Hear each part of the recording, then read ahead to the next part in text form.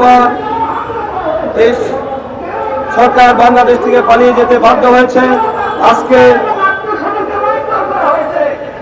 ছাত্র জনতার আন্দোলনের মধ্য দিয়ে একটি অন্তর্বর্তীকালীন সরকার গঠিত হয়েছে।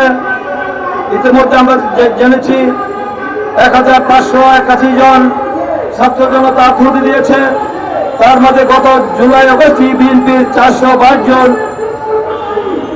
নেতাকর্মী, বিএনপি পরিবারের সদস্যরা শহীদ হয়েছে, জীবন দিয়েছে, আহত হয়েছে হাজার অনেক বেশি। এখনো পঙ্গু হয়েছে প্রায় 6 শতাধিক, এখনো 350 হাসপাতালে চিকিৎসাধীন রয়েছে। আজকে এমন একটি অবস্থায় আমরা আবার লক্ষ্য করছি যে এই অন্তর্বর্তীকালীন সরকার বিরুদ্ধে দেশীয় আন্তর্জাতিক চক্রান্ত চলছে। আমাদের দল থেকে আমরা সুস্পষ্ট ভাষায় বলেছি, স্বৈরাচারের পতন হয়েছে, শেখ হাসিনা পালিয়ে গিয়েছে বাংলাদেশ থেকে। তার তারা দোষরা এখনো বাংলাদেশে রয়েছে। তাদেরকে প্রশাসনে রেখে তারা বিভিন্ন জায়গায় তারা ষড়যন্ত্রে লিপ্ত রয়েছে। তাদেরকে রেখে বাংলাদেশে এই অন্তর্বর্তীকালীন সরকারের সংস্কার সম্ভব নয়।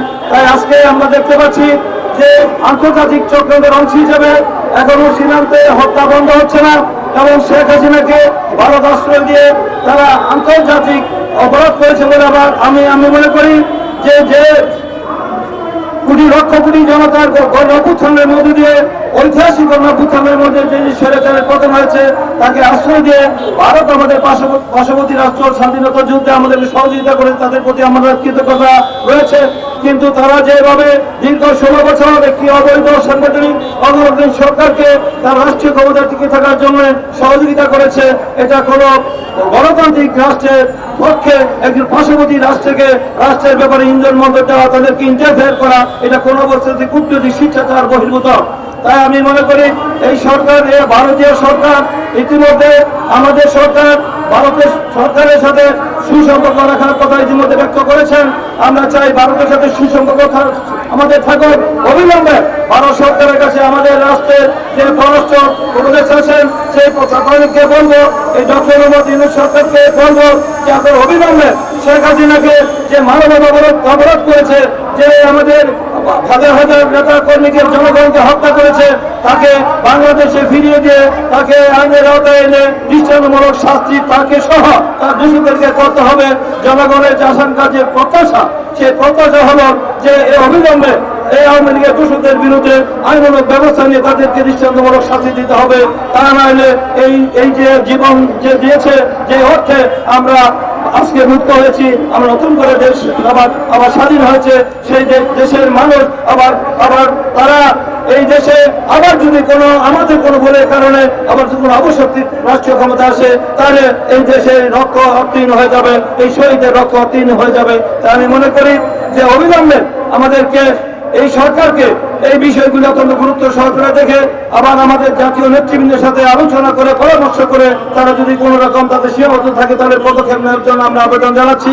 আমি চাই যে একটি যৌক্তিক সময়ের মধ্যে তারা একটি অন্তর্বর্তীকালীন এই সরকার একটি জাতীয় নির্বাচনের ব্যবস্থা করবেন, যার জন্য 17 বছরে এই দেশের মানুষ নির্বাচনের থেকে বঞ্চিত হয়েছে, ভোটাধিকার থেকে বঞ্চিত হয়েছে।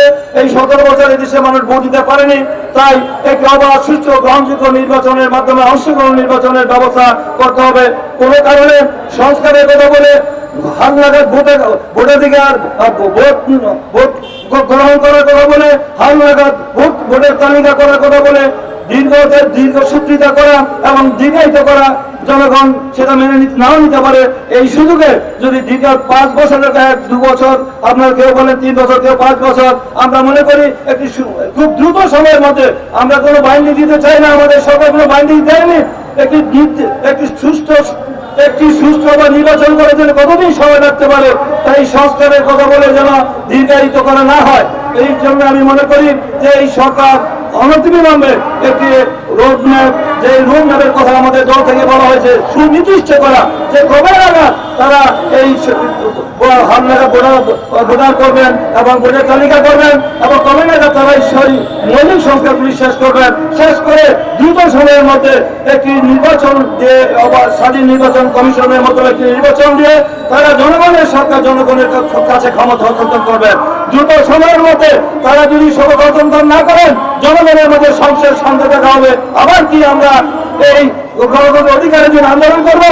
সে আন্দোলন করার জন্য আমার জন্য যে কারো রক্ত দিতে হয়, জীবন দিতে না হয়, এই দীর্ঘ সময় নেওয়ার কারণে যেন কোন তৃতীয় শক্তি আবার রাষ্ট্রীয় ক্ষমতা দখল করার জন্য মাথা চারা দিয়ে উঠতে না পারে, তাই সরকারকে সতর্ক থাকতে হবে।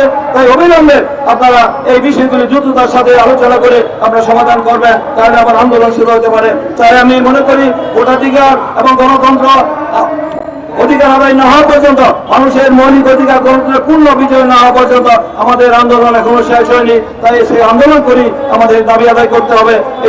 এই আন্দোলন সংগ্রামের মধ্য দিয়ে এই সরকার আমরা প্রতিষ্ঠা হয়েছে।